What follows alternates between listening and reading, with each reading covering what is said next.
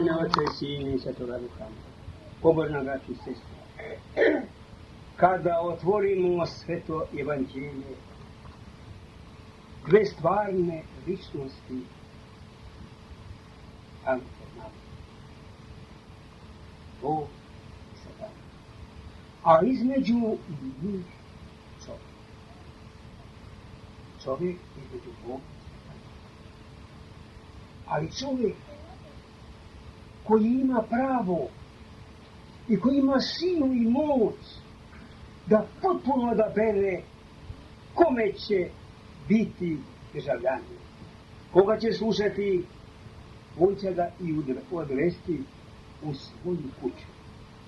Pazimo, svakome čoveku, hrišćaninu, dat je anđeo da ga čuva,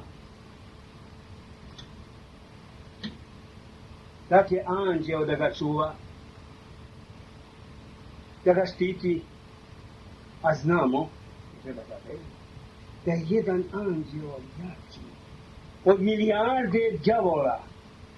Pa onda, kome ćemo mi opravdati svoje službovanje demonu, kada imamo anđela koji je jači od celoga pakla, a mi se ne branimo, nego služimo Satani.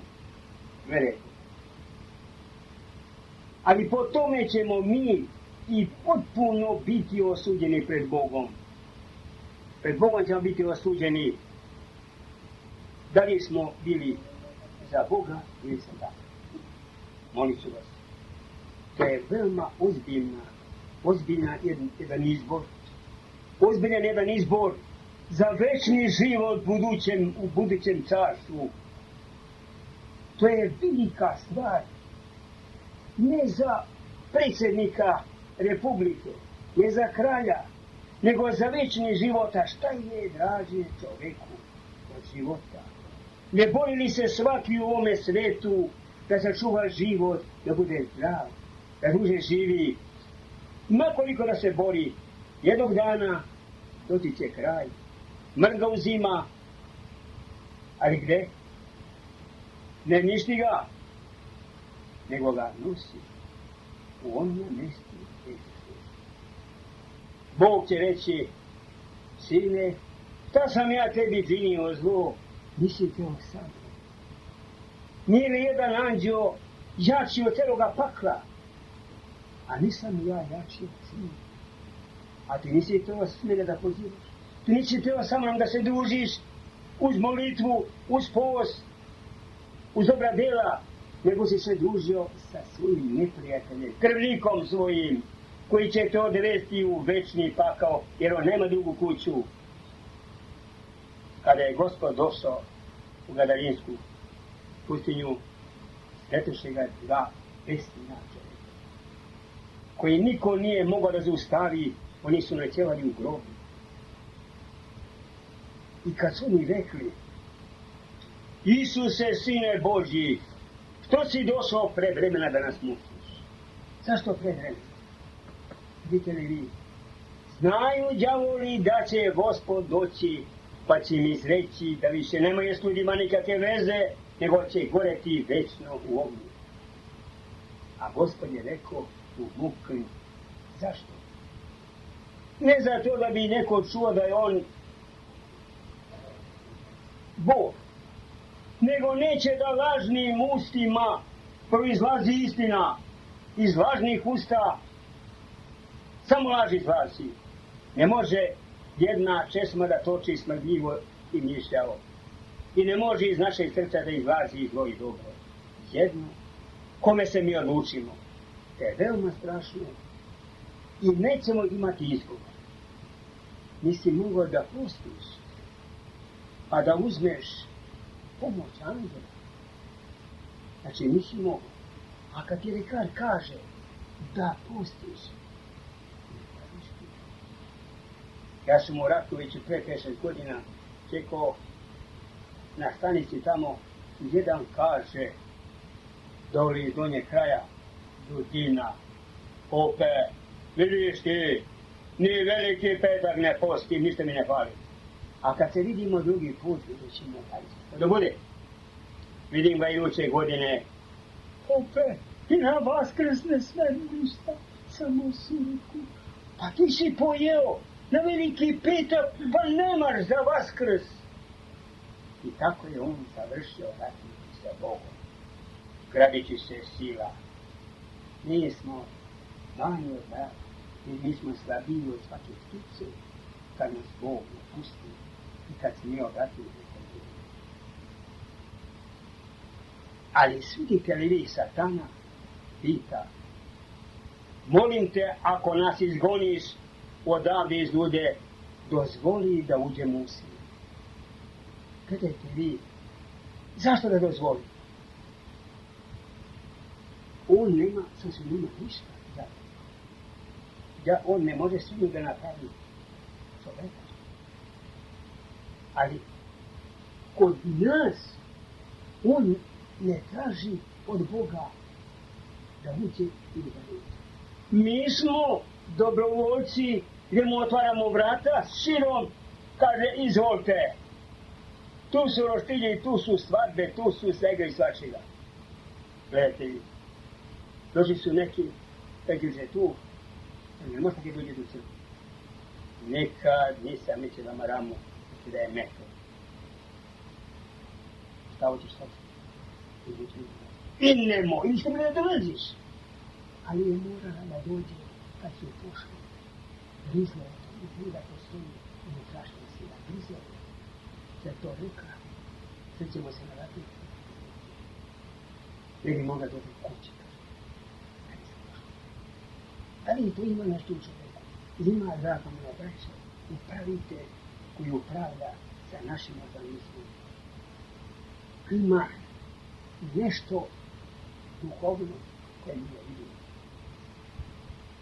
A gle, kad su đavoli ušli u svinje pod dozvolu Gospoda, sad svog grba biljare svinja, trčeći u glavu. Ljudi i svinjari ovdje se da jave ljudima, a ljudi su izašli i kaže, Gospode, molim te, idi odavde od nas. Šteta im je, nema sada krkaju, svinje se podavljaju. Znači, nije važnije što je onaj, što su dva besomučna, kada nije smio niko da prođe pored groblja gađaju kamenjem. Nego da li?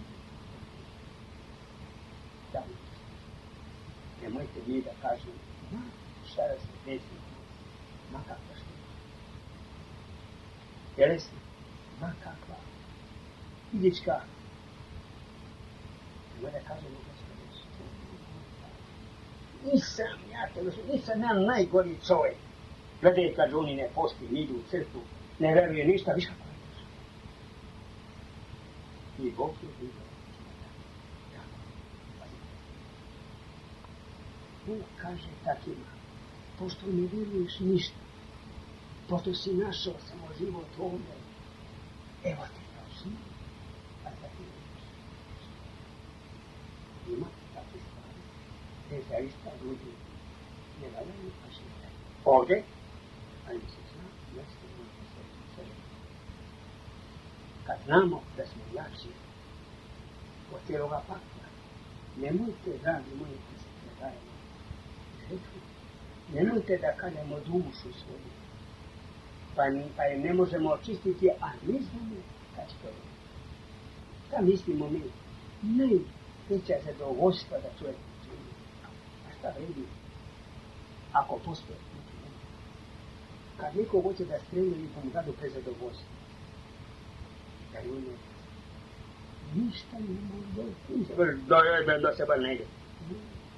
Nisam čekati da se i mi smo tako u opasnosti velikoj da smrt stoji pozadi nas i breba nas. To nije smrt, to je uskrsenje, nego smrt veća.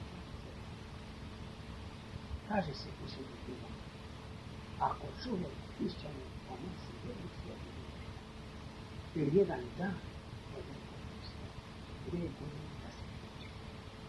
A šta ćemo mi kad zdravi i pravi ljudi nemaju posta nikad i nemaju ništa? Kako je ćemo da kažemo? Jer kad bi Gospod dao da stanemo na strani Boga, gdje iz svoga srca istaramo sve što je protivno Bogu, da bi bili prijatelji Božji. Inače ne može da budemo i Božji državljani. A znamo, da verujemo da je Bog obećao ljudima život u onome svijetu, a ovdje Bog bolesti, Bog visoki, Bog prvenja, koje kakvi. To nam je dao, da bi nas očistio. Svaka nevolja u ovome svijetu, to je nezamenljiv Božji lek za dušu. Zato nema niko da kuka, velika Nikolaj kaže, kada imaš iskušenje nevolje, raduj se i veseli. Ti si onda kao jedna plodna njiva, gdje dolazi sve napada mi do uzvišta. Ako nema nikakve iskušenje, ti si kao jedna vodotenja. Ti si onda zapostavljen. Ne dolazi ni vrabac, ti si nistavljen, ja nikada. Nemojmo isprazniti iz srce svoje od prokletanja. Uvatimo vezu sa Bogom kroz molitvu i post. Svaki treba da zna njega. Mrzi li neko na koga? Ja ne želim da mu kažem da je takav čekaj. Znači, ne smije čovjek ni vidno nikada da mu zameri nešto. Dragi neka to znamo. Budimo hrišćani na delu, dokažimo pečatom delima svoje. Neka bi Gospod Bog dao da očistimo srce svoje, da se Bog useli u nas. Kako da se useli u nas? Kako može bude Bog u nas i u Bogu? Isto kao što smo mi u vazduhu, je vazduh u nas. Da li mi osjećamo teškoću? Da li mi osjećamo radost? Tako je Bog što je ima sila, za koje ne treba ni da, za koje ne treba samo treba dozvola naša, da on uradi. I kad bi Gospod dao da uvijek spremimo stan Bogu, na nama boravi, i time ćemo pobediti sva nečista.